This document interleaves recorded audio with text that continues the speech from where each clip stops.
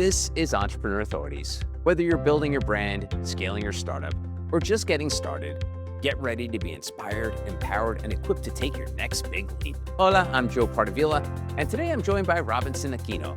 Rob is an entrepreneur, investor, and CEO of JBS. In his new book, The Small Business Money Game, Rob breaks down the hidden financial strategies that separate businesses that survive from businesses that scale. Drawing from his experience advising thousands of entrepreneurs, Rob shares lessons from growing up in his family's bodegas, building companies, and helping business owners stop guessing and start making smarter financial decisions. We're going to get into cash flow, leadership, financial literacy, and the mindset shifts required to build a business that actually lasts. Rob, welcome to the show. How are you, my friend? I'm doing really well. How are you, Joe? Excellent. And we need to start this conversation talking about Monopoly. One of the games I cannot stand to play, but apparently it had a big impact in your life. And like you, I have an older brother. You had an older brother. My older brother was always better at like book stuff and math. So he always kicked my ass in games of like that required any kind of like, knowledge or smarts. I was more of like, I was more street smart so I could get around in games like that. But tell me about Monopoly and how you realized, and there's a line you actually write in the book called, "Whoever controls the bank controls the game." First, I need to ask, how old were you when you came to this That's a revelation? good one. Because So it'd be very weird if you said to me I was 5 years old. That'd be weird, but give it to me. yeah. No. So when I had that memory of playing with him, early 2000s, I was 10, 11 at the Okay. time. I certainly didn't make the connection of the person who controls the bank controls the game until high school, until my Okay. first economics class.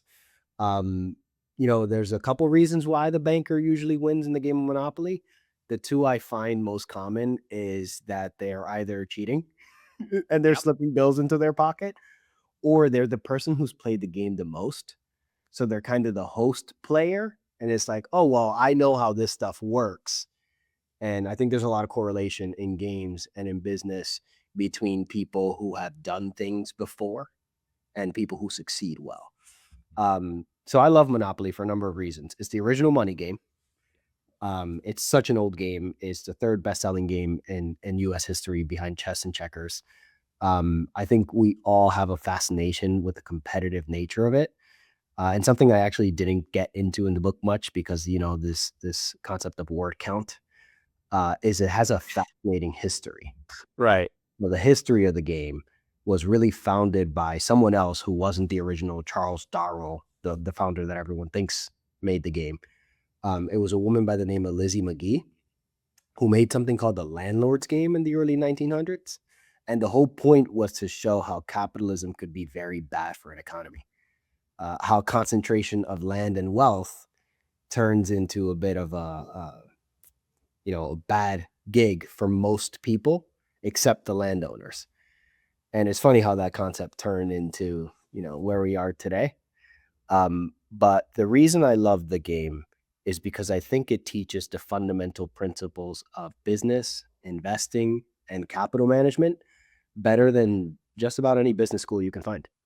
Ah, that's great. Good stuff. Yeah, it's funny. It reminds me because I have like a monthly poker game, and we play Texas Hold'em. I'm not sure if you play poker much, but like I know all the rules, but it's always great to have one guy who's completely locked in to like the knowings of the game. Where as long as you know that person's there, there's like almost like a safety net. So like the Monopoly banker's like there to keep everyone honest. And obviously you mentioned point one of the cheating aspect of it, but like having that person and I think that word control is almost like you can say Sherpa or guide. You almost always need that kind of person to make things work. And obviously you saw that in Monopoly and even in like your day to day and the business that you built over there. This idea of there's someone has to be constantly with their eye on the prize at all time.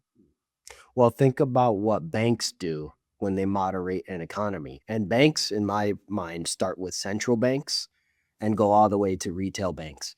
You need someone to keep an eye on the flow of capital. In a business, which is the setting I'm usually in, you need someone, a CFO, a staff accountant, a controller, to keep an eye on things like gross profit margins and net profit margins, because it's very easy in business to get lost. And a lot of people, you were mentioning, Joe, that your brother, he was better at math than you. Yeah. But when it comes to money management, what we're talking about here is addition, subtraction, right? We're not talking about very complicated math. I think that's something that I see people tell themselves often, where it's like, well, I'm not very good at math, so I'm not very good at managing money. It's like, well, no one's asking you to do calculus. We just have to manage a budget that has a surplus. And you'd be surprised, just because I think the fear of numbers or the emotional tie that people have with money or the history people have with money, just how often they avoid the calculation, and just how complicated it can get at times. And not only the complication, the intimidation factor. So we both come from immigrant families. You're from the DR. My family's from Spain and Cuba. And there's something intimidating about money. And I don't know if it's the immigrant part of me that's ingrained in my DNA of like, I always joke with people, Robinson, that I've always had a fear more of being homeless than cancer. Like again, this is like the immigrant mentality of like, it's the scarcity mentality of like, is there ever enough money?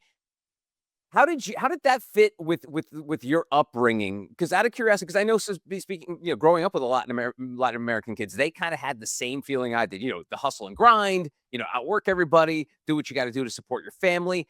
How did that jive with the idea of like you being in, in love with Yeah. money, for a lack of a better word? Tell Yeah, me yeah. about that intersection. Yeah, so I grew up very similar to you. My parents immigrated when they were teenagers, and they had a very rough go at it in the beginning. I think a lot of us, we learn money from a very finite place. So, there's not enough to go around. We have Right. to take more of what we have. We have to be very diligent with how we spend it because we don't know how much is coming if an emergency happens. And the way that I was able to get over, it took me a very long time. What I know is the fear of poverty, like this in underlying fear of what happens if I don't have enough, what happens if I lose it all, what happens if I lose my job. Funny enough, it was through education, through realizing just how much money is out there in existence. There's trillions of dollars. I don't think people really even know what trillions is compared to billions and millions. But there's just so much money out there in the world, that I think that once you understand where it is and how it's organized, and fundamentally how banking works, which back to Monopoly, it's amazing how much you can learn from a game like that on how fractional reserve banking and central banking works today. But the more I was able to learn about how money gets generated, how entrepreneurs earn money, because I think those are naturally the people who have the most of it, how money flows to assets, and how really the game of money that we're playing, to Monopoly's point, is not an income game, it is a game of assets. I think I started to realize soon, okay, well, the sequence that I have to go through is first understanding how money gets earned, and it gets earned through skills. So what skills can I work towards? How can I upskill? And then once you earn it, how money is kept, and it gets kept via surpluses. Like genuinely speaking, Joe, make sure that you earn more than you spend, no matter Right. what your situation looks like. And then beyond that sequence, it gets made through investing. And investing can start very small, very simple, index funds. But as it evolves, it turns into, well, let me try to start this business or help someone else start this business. And then the master level players that I've seen, typically across equity, so businesses and real estate, where most of the money is held, are the people who go through this crazy, crazy journey of entrepreneurship and make 1,000 mistakes and then realize how a business gets built. Because once you do it right once, it's not that hard to replicate. And as you go through that sequence of like learning to scale, to earn, to save, to invest, to building businesses, that has a direct correlation to how wealth moves. Speaking of entrepreneurship and building businesses, tying it to our immigrant backgrounds, my mom was always like, just do a job that you love and you're nice to people. That was like her thing. But if I told her I was going to be an entrepreneur, she would have probably had me committed. Had a 5150 hold. What was your family vibe like when you told them that you were going down this path? Because you were on the track to be like, hey, I'm gonna work for the man. The Yeah. pardon the expression, again, our backgrounds would suggest is like, hey, work hard and you're gonna provide your family, and then someone every 2 weeks is gonna give you a check. How did that jibe with your upbringing, your family, that you were gonna go on this entrepreneurial journey? So my mom was an entrepreneur, not by design, but by default. It Okay. was like for her, it was like, well, I need to do this because I need a way to earn well enough to take care of my children and be able, she was a single parent, so be able to be there for us when she needed to without having to worry about whether or not she was going to be able to keep her job. So when I first approached her with the idea my senior year of college, like, hey, I'm going to go try to start my own financial planning practice. And we spent all this time and energy getting me here. And now I'm going to go get a job that's 100% commission. She was like, please don't do that. And, and, uh, I won her over by saying, well, if I'm ever going to take any risks, now's the time, right? Because I could just go get a job after. And so I think for her, she had worked so hard to get me into the steady paycheck, into the career ladder, that she just was really disappointed initially. Um, and then she saw why I was doing it. So I went down the wealth management path really as a way to learn more about the ecosystem of money, of how people manage money at a high level, just so I can come and teach it back to my family. And then it was like, well, what's the worst case? It's just an internship. I ended up crushing it during my internship and then decided to go full time. And really because I just wanted to continue to learn how the world worked, how the world of the 1%ers and the 10%ers worked. And the more time I spent in there, the more fascinated I got by it. But you mentioned something that I love, Scott Galloway. Every time people say anything like pursue your passion, he always says that's such a load of nonsense because Yeah. only rich people can pursue their passions. Yeah. Like you need to have resources to go pursue your passion. So his philosophy is build wealth first and then go do what you love.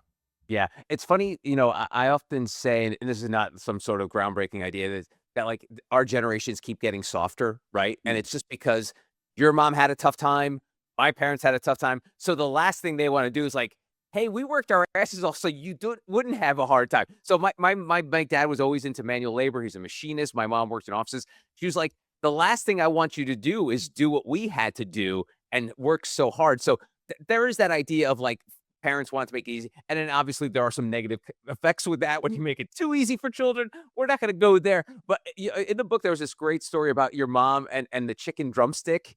Yeah. Could you share that real quick? Yeah, absolutely. I remember, I think I was about 10-ish at the time. We had moved from New York to Lawrence, Massachusetts when I was about age 10. And so that was a big shift for me. Actually, it was a few years after that. My mom had this old school analog calculator that she took everywhere with her. So she had one at the bodega in the business, one at home. And I just see her like ripping through papers and crunching these numbers into the calculator. And I'm like, what's she doing now? And then she was so excited. She said, son, come over here. I have to show you this. My mom is not a techie. So like now we use Excel virtually for everything. Soon, I'm sure that'll go away too. Right. My mom's version of Excel, do you remember the old composition notebooks, the like black and white ones? So she Absolutely. Yeah. used to buy those and with a ruler make her own spreadsheets. And then at the top, like have the dates, and that's where she used to keep her daily sales and daily cost. Wild. She still does. And she has she has her spreadsheet open and she's showing me a purchase order.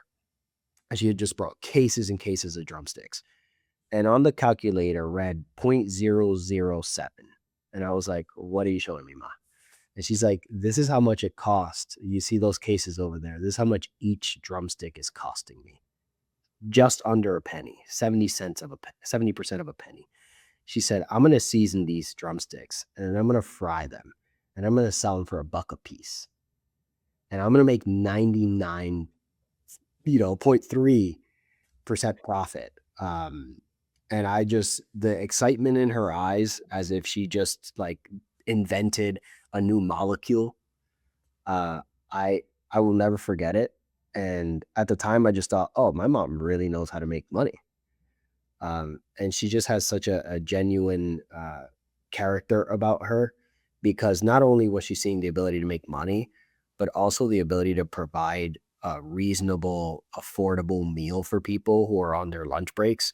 And I think for her, it was the fact that she was able to do both is what really brought out magic. And it's one of the earliest moments of entrepreneurship. Shortly after that, I started selling some food in middle school that I wasn't supposed to be doing, and thinking, well, I can do that too.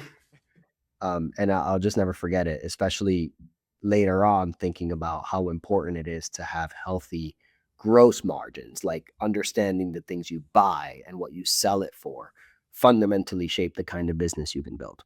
That's great stuff, and obviously your mother was very inspiring to you, and it has an inspiring tale to be told. But, it's funny, there is this idea about the entrepreneur's instinct, and your mother certainly had that in spades, and the fact that she didn't have an MBA or was educated in business and all this other stuff, but you did.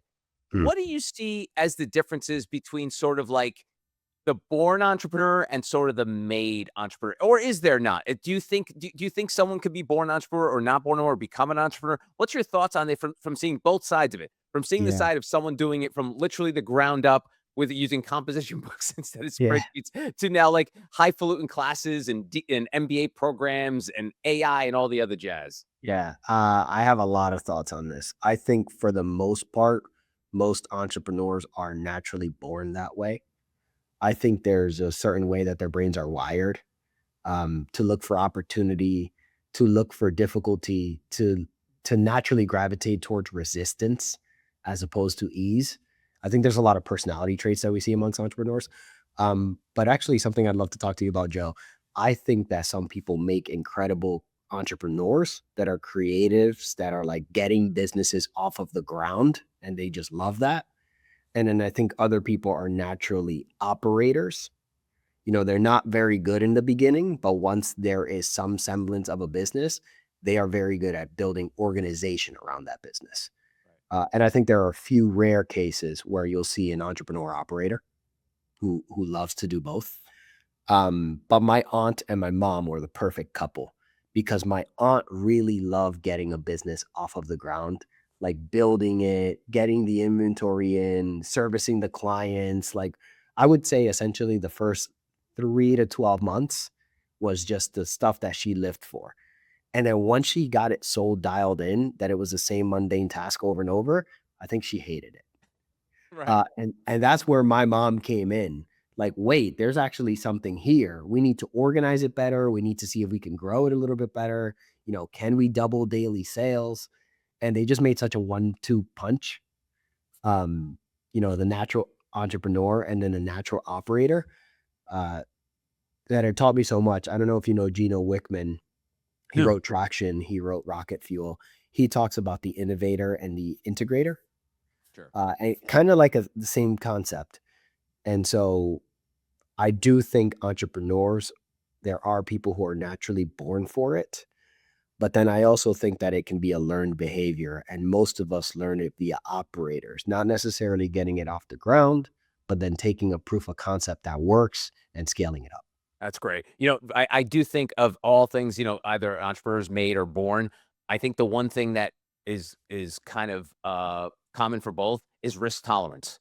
Like if you don't have a tolerance for risk, no matter if you were born an entrepreneur or made an entrepreneur, you're just not made for it. So tell me about this idea of risk tolerance and risk calculus, all the other cool phrases they've come up with these Yeah, days yeah, for yeah. entrepreneurs. But this idea of risk and fear of and removing the fear of failure. Um, to simplify things, I think one of my favorite things to do in finance is take all these really fancy words that we've created and just bring it down to common sense, which is what most of us really need. I think sometimes, Joe, a lot of those fancy words are created as a barrier to say, like, well, I know more than you, and so you should hire me. Right. I've worked with a lot of advisors. Um, and so risk tolerance, I think, comes down to a simple fact of comfort. There are some people that they like to be able to predict what's going to come next. They value predictability, consistency above all. And then there are some people who, if you gave them that, will pinch themselves just to feel something. And the people who I think have a high correlation to risk tolerance are those who have to naturally see where their limits are. Like, what more can I do? How much more can I grow? I think there are people whose amygdala naturally leads to fight as opposed to flight. Yeah. And a lot of them are procrastinators. So they like to see what's going to happen when their back is against the wall. They like to turn in that paper an hour or a couple minutes before the deadline. Um, and so I think the people who are just always fascinated with how much more they have to learn, how much more they can grow, are the people who naturally take more risk. And what I think everyone comes to find at end of life, I've done a lot of retirement planning, so I've worked with a lot of people post their careers. I think they all end up realizing that risk was kind of this made up thing, this made up veil, um, that every time they actually took risk, that bad things generally didn't happen. And even when they did, there was always some sort of other outcome. And a lot of people, especially in their 70s and 80s, have told me, the only real risk is having something that you wanted to chase and not going for it. Um, and so, naturally speaking, I just think that the people who constantly obsess about personal growth are the people who take a lot more risk. And the people who are comfortable and appreciate predictability are those who are less likely to.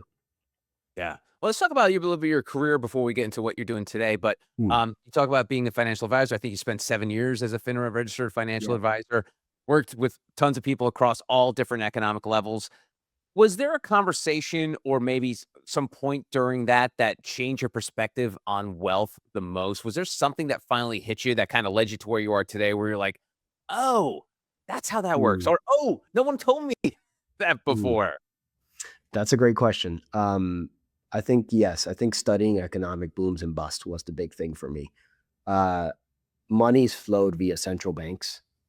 In Monopoly, there's this phenomenal rule, Joe, that if the bank runs out of money, that can't happen. And so what you should do is you're instructed to go get pieces of paper and cut them up and write down whatever bills you need. And it's wild to me that Monopoly was created in the 30s, technically early 1900s, and it wasn't until 2008 that we discovered this thing called quantitative easing, where if we're short on money supply, we could just print more. And so the thing to know is how money flows.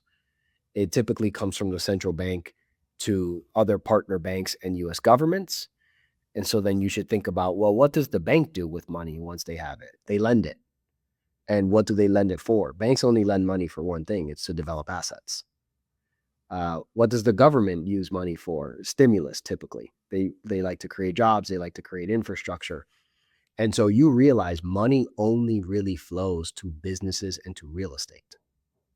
And people wonder, why we have such wealth gaps. I think there's a number of reasons, but one of the structural reasons is that the way the money currently flows and has for 100 plus years is via economic development in businesses and in real estate. And so naturally, the people who own businesses and real estate own most of the money. Um, that was a big eye opener for me. Like when I learned that you go deposit your money at the bank and that they only really normally keep about 10 cents of every dollar you put in, and then they put the rest to work in assets, it kind of makes sense relatively quickly why the people who own assets build wealth over time. Because as more money flows into these assets, the assets will appreciate. And same goes for Monopoly, right? It's like if you're just rolling the dice, going around the board, collecting your 200 bucks, not buying anything, what's the inevitable outcome? Get lost. Yep. And it's funny too, Rob, I will say, I will never wanna play Monopoly with you because you would seriously kick my ass. So, But that's never gonna happen. We're never gonna play Monopoly together. Is your family like that too at this point where you're like, "No, no, no, Rob can't play Monopoly with us." no, Do you have to go on, like, Craigslist and find people to play Monopoly with? what's funny? I haven't played in a while now. Have a board game. I have like an original board, and I'm going to be playing with my daughter soon, who's 5, because I can't wait to teach her the game. But Joe, Monopoly is a game of luck, right? It's interesting to hear you approach it that way, and it's interesting how we all kind of approach games because I could be very good at the game. We're still rolling dice, man. What's to say that I'm going to beat you? Um, I think ultimately what we need to realize, like in the game, like in life, that luck has a lot to do with it. Uh, and that of course you have to make certain decisions once you get lucky. You have to understand certain patterns, but there's no telling that I'm going to win every time. I don't Because know. I'll be rolling, Rob, and I'll try to get to Park Avenue and those blue squares quicker so I can charge the rent out of you. That's about the only way I think I could beat you, Rob. And you mentioned your daughter. There was a line in the book where I think your four-year-old asked you, "Dad, what number can you count up to?" Mm. Why did that simple question hit you so hard? Because I think that the human mind is very bad at calculating. We're very good at comparing. We're very bad at calculating. I think it's what scares people with money in general. Uh, there's something called the law of large numbers, and it applies to a lot of different areas. And in this specific case, is like our minds are just not equipped to deal with something like a $30 trillion deficit. Like to most of us, we don't even know what that means. And actually, after she asked me that question, I thought about like, well, how if I counted now for the rest of my life, what number could I even get to? And the number is really, really small. If you, I put the exercise in the book. If you count to 1 million seconds, do you know how long that would take, roughly, Joe? Take a wild guess. Rob, you're asking the bad math guy here. I don't know, Take, 2 hours. I don't know. so it's about 11 days, Oh, geez. right? So, You but see you see but how that's the bad thing. you see how bad at math I But that's all of us. That's all of us, right? None of us are equipped to do that kind of math that quickly in our heads. And it's interesting the gravity at which we'll think about these kind of numbers. Because if you then think about 1 billion seconds, right? 100x more. That's 31 years. So the difference between 1 million and 1 billion is about less than 2 weeks to about 31 years, about my age now. And if you look at a trillion, it's 31,000 years. So there's so much money out there in existence. Uh, and then it's really sad to see that of all the global wealth in the US, 50% of the population owns about 2.5%. And it's the systemic nature of the game that money flows to assets, and most people don't own assets. And so, yeah, what a weird, what a weird exercise I had after being in Costco with my daughter, and she was probably asking for 100, 200, and of course I went home later, opened up Excel, and I was like, oh man, this is such a larger problem at play. So I think the more comfortable we can get, particularly entrepreneurs can get with numbers, I think the more comfortable they can get with their own. That's great. I know a lot of people don't agree when I say this, but I feel like, that, capitalism is the best ism. Like all the other isms, communism, socialism, we've seen they don't work that great.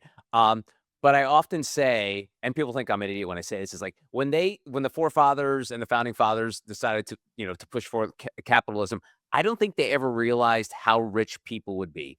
I don't think Mm, in their wildest dreams they could imagine the amount of money. The fact that within 250 years of the founding of the country, there's a trillionaire. Like, yeah. I don't so that's where I always push back on capitalism, like people saying it's the best we got, which is I know it is, but Yeah. like I think when it was created, I don't think it was created for people to get this rich. I just don't think they could have imagined it ever getting this big. I know it's kind of weird to think, but I think that's the flaw in capitalism, that it was born from a place of they had no idea where this was going. Yeah, yeah. I don't think it's weird to think at all.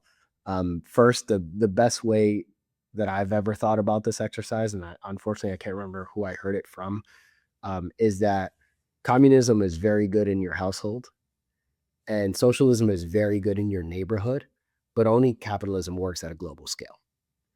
Um, and I think we all want our children and the people that are in our house to have equal outcome of resources, and we all want our neighbors to be doing fairly well. And once you think about someone on the other side of the earth, I think that just doesn't come as natural to us. I think we need a better system of organization. But I think you're spot on with the fact that when capitalism was invented, I think about this often, Joe. So I'm happy you asked this question. When it was invented, we're talking about pre-industrial revolution. We're talking about agriculture, typically done by human labor as the means of production. And so, of course, there was never the ability to scale. Like our ability to scale was how many seeds do we have? How fertile is the land? How many people could possibly work on the land? And how are we distributing land today? Like that was it.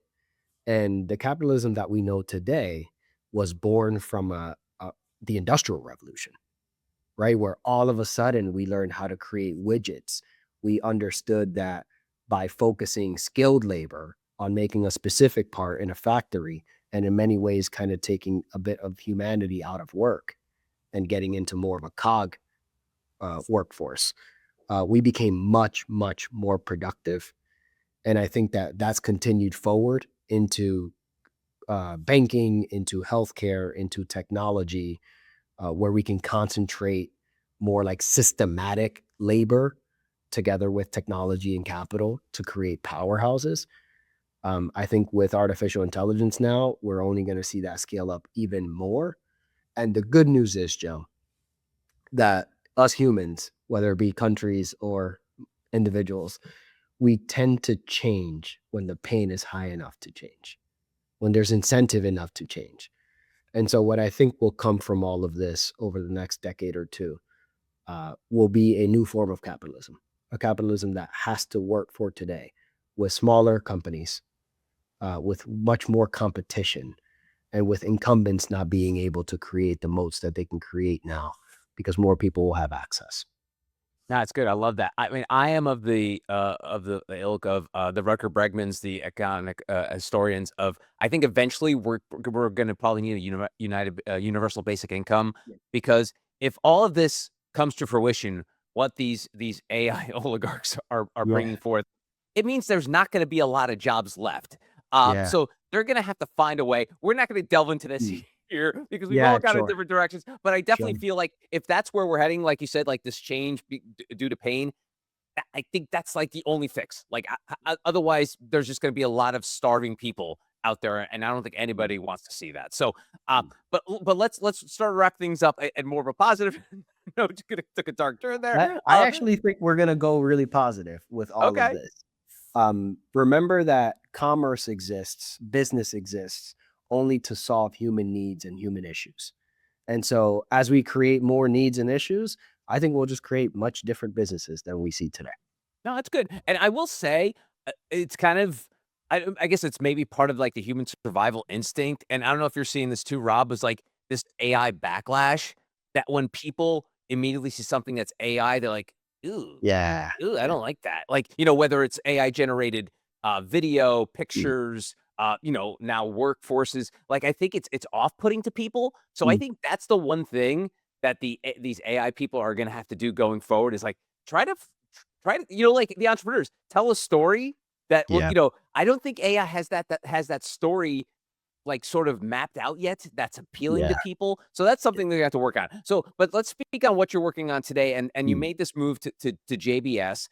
Let's sort of like wind things down by talking about, what you're doing at JBS, how you ended up there. Like give me that quick little thumbnail story about that, because I want to talk about the work you're doing with small businesses. Yeah, absolutely. JBS is my family's tax and accounting firm.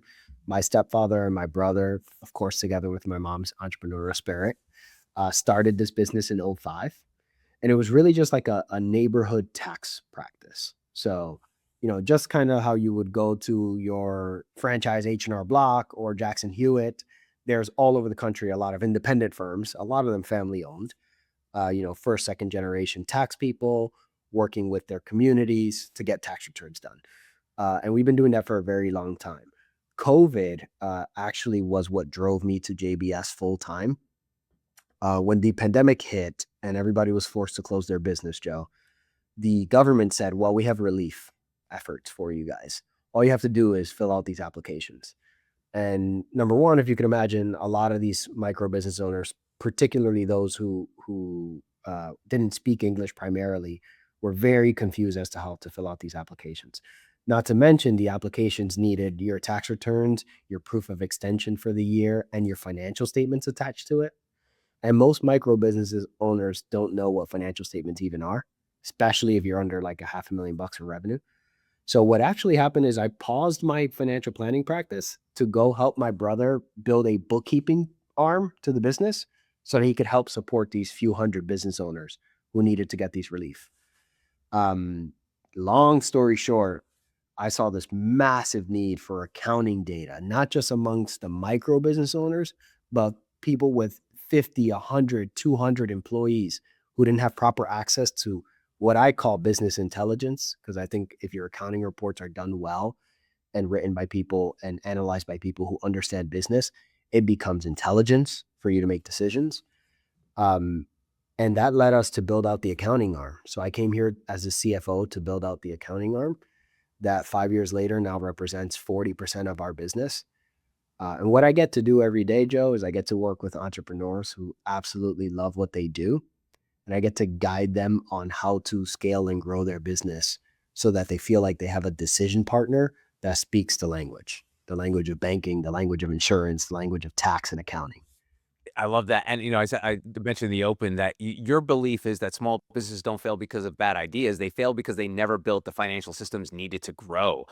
I mean, how I'm trying to imagine a world where there aren't people like Mm, GPS. Like, mm. what would happen? Because we all know that most of the times when businesses fail, it's not because of a bad product. It's because either self-induced, something they don't know, like the games, Yeah, for lack of a better word, that need yeah. to be played behind the scenes. Tell me how, maybe it's anecdotal. Tell me how the work you're doing at JBS has helped someone who, if you weren't there, would probably not be there today. Hmm. So to answer your first question, what happens is what's happening and what's always happened. We see failure rates at 67 to 90%, depending on the industry. There's no reason why 90% of businesses should be failing within 10 years, especially if they're not like tech startups and they're trying to do something massive, but they got crushed by someone else. We're talking about doctors' offices and barber shops. There's no reason that if there's people who like the service and want to pay them money for it, that those businesses should be failing at such high rates. And so I think money management doesn't come natural to people. I think it's certainly a learned skill. I think of some of my clients who have these really tough decisions to make. Uh, Questions, my sister-in-law is recently negotiating her salary and she comes to me for support and I have to give her the firm's side of it. I do a lot of CFO work on the healthcare side. So I have to give her, well, your company is thinking about your specific position. They're thinking about all the other people that sit in your position too. How much those individuals are being paid relative to how much they can't just say, yes, we actually love you and we would love to pay you more money than you currently earn.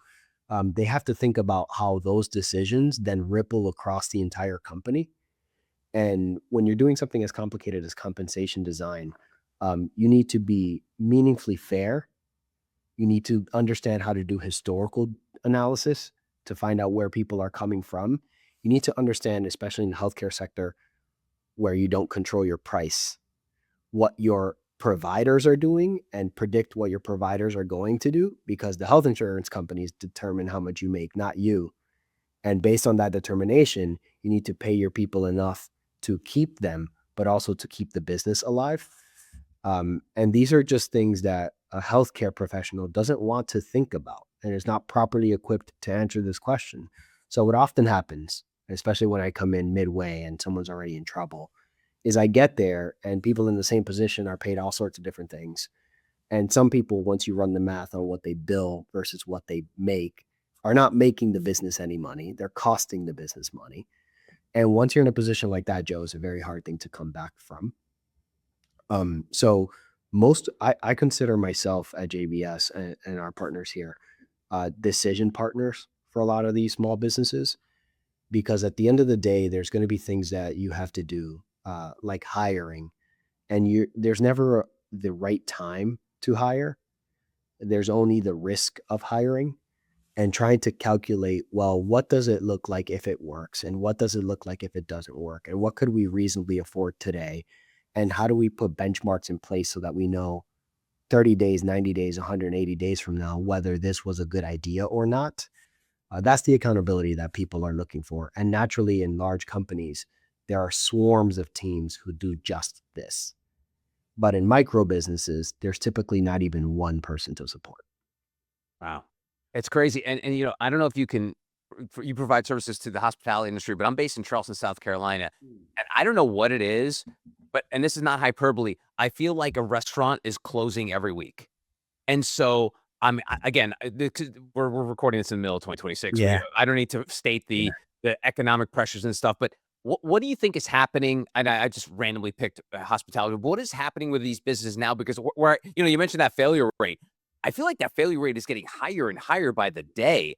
What do you think? Is it more of just like that internal stuff, the bookkeeping, the payments, all of that budgeting, all of that stuff? Is that still the driver and it's just being extrapolated because of these economic pressures?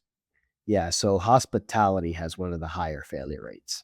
And it's for a couple of reasons. I think naturally it has a lower barrier to entry. So a lot more people can go into it. Sure. And if too many people open up in the same block for the same customers, naturally some are going to fail. So in the book, I have this focus on the three core cost levers. So it's labor, it's facilities, and it's inventory. And, I run an accounting firm. And the only real cost I have, I think real, like absorbs more than 10% of my income, is labor, right? We're selling intellectual property, we're selling professional services. The challenge with hospitality businesses, Joe, is they carry all three. So not every business is built the same. When you have a labor force, front of house and back of house, that you have to manage, and you have inventory that you have to buy weekly because it spoils, and you have facilities, you have to build out full kitchens, and you have to build out nice concepts, you're already starting from a cost perspective with a business that has very thin margins. And then when we look at the customer side, right, you're dealing with individuals who are cost conscious, right, who see dining out as a luxury, and when their income does things that they don't expect it to do, when we see increase in unemployment, when we see increased debt, naturally they have to cut somewhere, and discretionary spending is one of the first places to go. And so the hospitality business is one of the hardest businesses to be in because you have razor thin margins. Just to get off the ground, you have to do incredible build outs. It requires really diligent labor and inventory management. And then there's so much competition, particularly from people who are never going to win to begin with, but can disrupt your business. And, one of the most important things I think people should understand is every business, every industry is fundamentally different in the way that it delivers its service. And I have partners, one of our core partners here, CPA at JBS, is a hospitality expert. And you should see what he can do with the analysis of a plate cost to determine whether or not a business is going to survive. Wow. So there are just some businesses where you cannot afford to make certain errors. Interesting. That's great. Thanks for the quick little education. I feel like I just took an MBA class with you. I love it. Yeah. It's all right. So let's wrap things up, Robinson, with after reading your book, getting to know you, chatting with you today, there seems to be this thorough line of family legacy, and that providing your starting point doesn't define your future. Like just where you began, where your mom began, it didn't define who you would become. When did you truly believe that for yourself? Like the same as your mother, regardless of what she went through. I think she had a couple bankruptcies along the way Yeah. and still made it out on the other side. Your family business. When did you truly believe that it doesn't matter where you start, but where you're heading? To me, that's such an easy answer because it was all my mom. I had that fundamental philosophy instilled in me by the time I was 12, not from what she told me, but just from what I saw. I saw her go through so many difficult moments. I saw her think about quitting and then look at us and essentially convince herself that she had no other option. And I saw that willpower and that motivation. And I realized that, one of the most powerful things I like to say in this game, in this money game that we're all playing, there's only two ways to lose, and it's to quit or to run out of cash. And as long as you don't quit, and as long as you know how to go get the next, pay cycle of income, whether it be weekly, monthly, there's no losing, right? And so the biggest opponent that I think we're all playing is the person in our own head. And the sooner we realize that, the sooner we can start succeeding. Every client that I've worked with since then has only solidified that idea for me. I love it.